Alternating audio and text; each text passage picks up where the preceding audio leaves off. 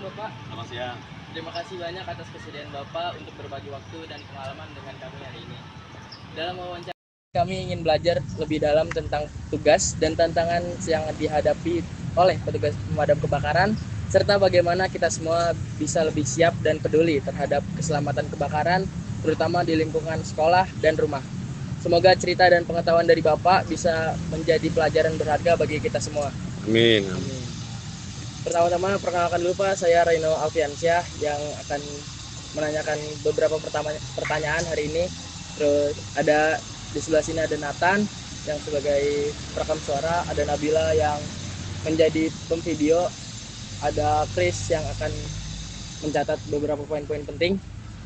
Langsung saja Pak, kita masuk ke pertanyaan pertama. Pernahkah Bapak mengalami kebakaran yang paling berkesan atau menegangkan? Pernah, dan itu sering. Bisa diceritakan Pak satu? Oke, baik.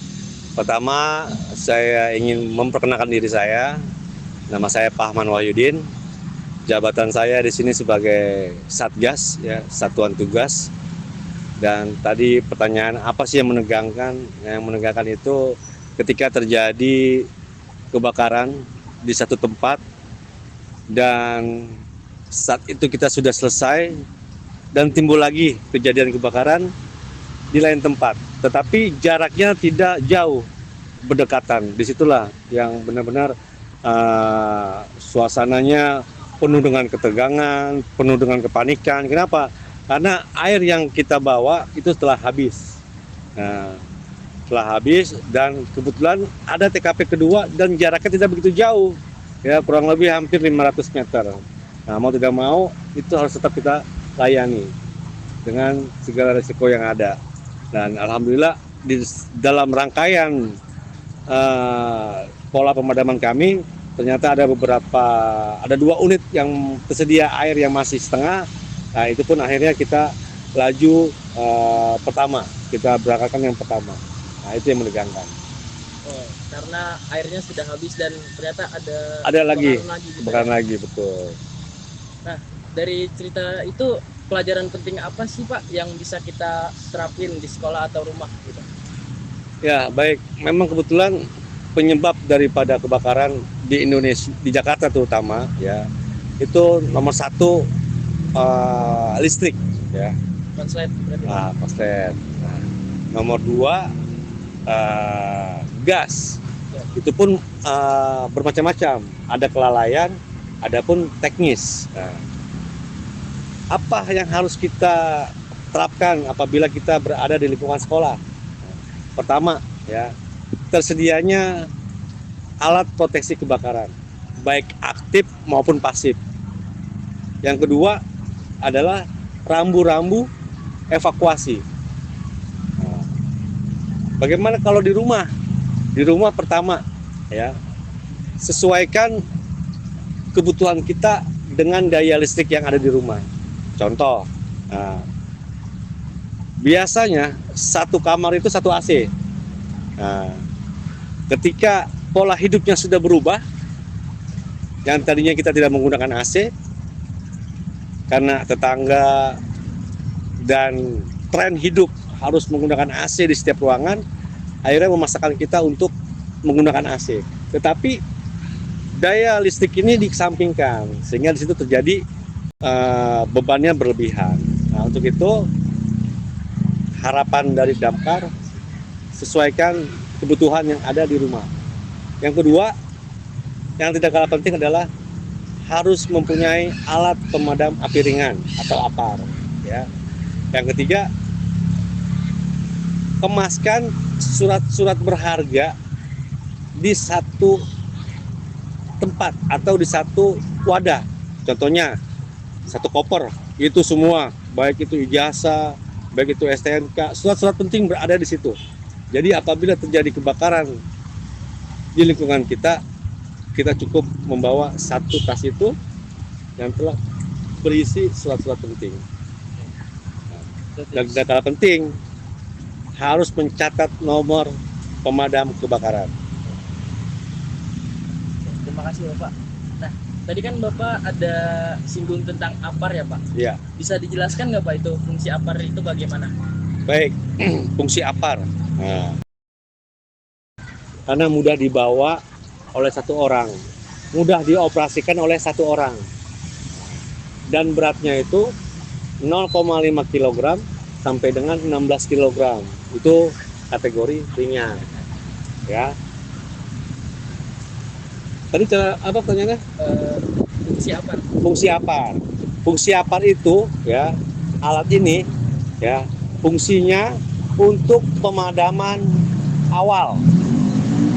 Maksud dari pemadaman awal adalah ketika kita melihat api secara langsung, nah, maka fungsi APAR ini bisa digunakan untuk api awal. Ya, itu. Jadi api kecil saja ya Pak. Kalau sudah api yang Besar besar itu tentunya tidak bisa. ini bisa. Nah, tidak bisa. Nah, dia hanya untuk api kecil. Ya.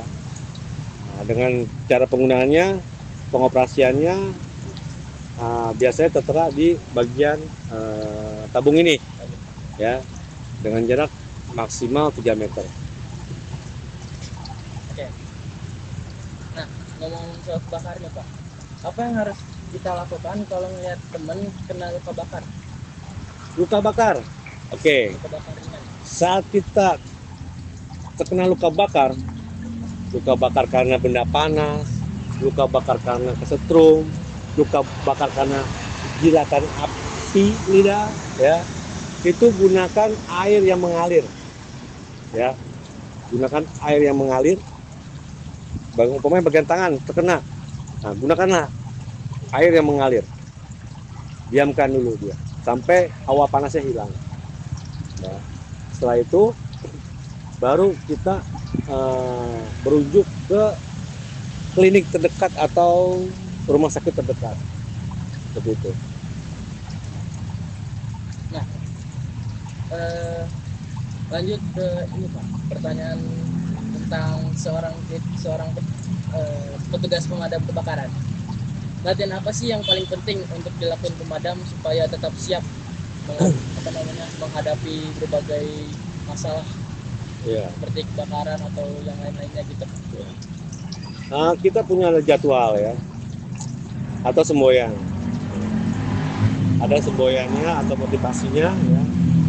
Berlatih dan terus berlatih. Ya. Tidak ada pemadam yang profesional, yang ada pemadam yang terlatih. Nah, untuk itu selain menjaga kebugaran kita, ya, nah, tentunya kita juga harus melakukan penyegaran terhadap alat-alat yang ada di unit pemadam kebakaran. Agar apa? Agar kita lebih familiar lagi cara penggunaannya dan melakukan case-case atau kasus-kasus yang tentunya secara random atau berlainan, ya. Tadi kita udah tahu latihannya apa yang dilakuin damkar sehari-hari gitu kan. Kalau syarat utama untuk bisa menjadi pemadam kebakaran itu seperti apa Pak? Syaratnya sekolah jangan sampai putus, Kalau ya, putus. baik sampai SD, SMP, SMA, ya. Setelah itu jaga fisik, ya. Nah, sekarang atau kemarin kita ada lowongan, ternyata di situ ada persyaratan. Pertama, tidak buta warna. Yang kedua, tinggi badan harus 165. Nah, selanjutnya harus bisa berenang dengan jarak 25 meter. Ya, gitu. Gitu aja. Nah, tadi kan ada berenang, terus dijaga fisiknya, tidak putus sekolah juga. Kalau keterampilan yang harus kita latih sejak SMP itu biar bisa jadi pemadam itu gimana Pak? Apa aja gitu yang harus benar-benar dilakuin dari SMP ini? Ya itu, kita jaga fisik aja. Jaga fisik aja. Jaga fisik, ya. Hindari tawuran, tren-tren Gen Z, ya, janjian lokasi tawuran. Tiba-tiba kita cedera, ya. bisa melukai mata kita. Akhirnya kita tidak bisa masuk kerja atau melamar kerja dengan persyaratan tertentu ya. Makanya kalau untuk seusia SMP ya, atau kelas berapa nih? Kelas 9. Kelas 9 ya, cukup teman-teman ya taati aturan-aturan daripada sekolah ataupun orang tua ya. Giat berolahraga ya. Ambil olahraga baik itu voli, futsal, berenang yang memang menunjang prestasi kita. Terima kasih Bapak atas waktu, cerita, dan nasihat yang sangat berharga Sama-sama. ini. Kami yakin semua orang yang kami dengar hari ini akan menambah wawasan dan kesadaran kami tentang pentingnya keselamatan kebakaran. Semoga pesan-pesan Bapak bisa kami sampaikan dengan baik kepada teman-teman kami di sekolah agar kita semua dapat lebih waspada dan bertindak tepat jika menghadapi situasi kebakaran. Sekali lagi terima kasih ya Bapak atas Sama-sama. waktu dan tempatnya. Sama-sama, saya juga dari Damkar DKI Jakarta, khususnya Jakarta Timur, Kecamatan Kramat Jati, merasa senang mendapatkan kunjungan dari adik-adik. Ya, pintu kami terbuka 1x24 jam. Tahu nomor telepon darurat DKI? 112. Ingat ya teman-teman, kalau mau nelpon damkar langsung aja telepon 112. Oke.